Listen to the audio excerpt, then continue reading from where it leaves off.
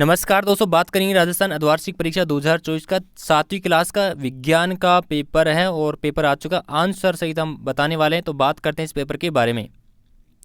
जी हाँ, ये आपके सामने अर्धवार्षिक का है, 7वीं क्लास का 2.5 घंटे का एग्जाम होगा और 50 नंबर का पेपर रहेगा। पहला क्वेश्चन पूछा है, त्वचा द्वारा श्वसन करने वाला जीव कौन सा है? तो इसमें आ जाएगा स, केंचुआ है। निम्नलिखित से उष्मा का सुचालक है, कुचालक है। दूसरे क्वेश्चन में आ जाएगा स ऑप्शन, क्या यहाँ पे जल है। तीसरा था, आहार नाल का सबसे चौड़ा भाग कौन सा है? तो इसमें आ जाएगा अमाशय है, ए ऑप्शन राइट हो जाएगा। 4 नंबर आता है, रासायनिक परिवर्तन है, तो 4 नंबर में से हो जाएगा राइट, जंग लगना। मानव शरीर का सामान्य ताप कितना होता है? तो 5 नंबर में ब हो जाएगा 37 डिग्री सेल्सियस।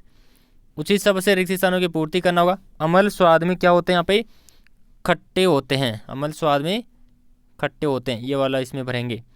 और मानव शरीर का सबसे बड़ी ग्रंथि का जो नाम है वो क्या है? यकृत है। पित्तरस के पाचन में महत्वपूर्ण भूमिका निभाता है, वसा निभाता है, ये वाला इसमें टाइप करेंगे।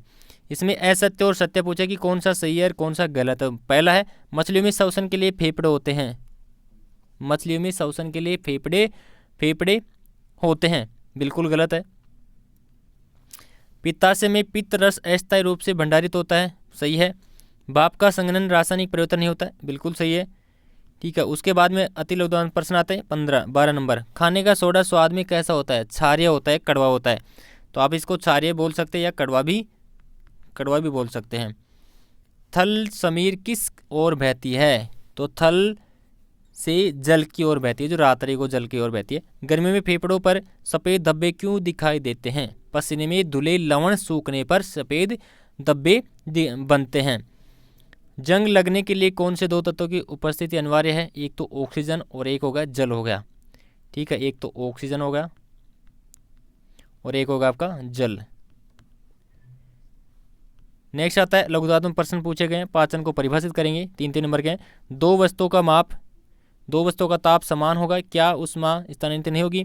जब हम अत्यधिक धूल भरी वायु से सांस लेते हैं तो हमें छींक क्यों नहीं आती और छींक क्यों आती है? पोषक और पोषण में अंतर बताना होगा। मौसम की रिपोर्ट कौन कौन तैयार करता है? निष्कासन किसे कहते हैं? भौतिक और रासायनिक परिवर्तन में अंतर लिखेंगे। इन्हीं 3 प्राकृतिक सूचकाओं के विषय में लिखना होगा। शारीरिक क्रियाकलाप की हमें भूख क्यों लगती है? समझाना होगा। उष्मा का स्थानांतरण किस प्रकार होता है? समझाना होगा। पेपर कंप्लीट हो चुका है। लाइक शेयर सब्सक्राइब जरूर कर लेना। धन्यवाद।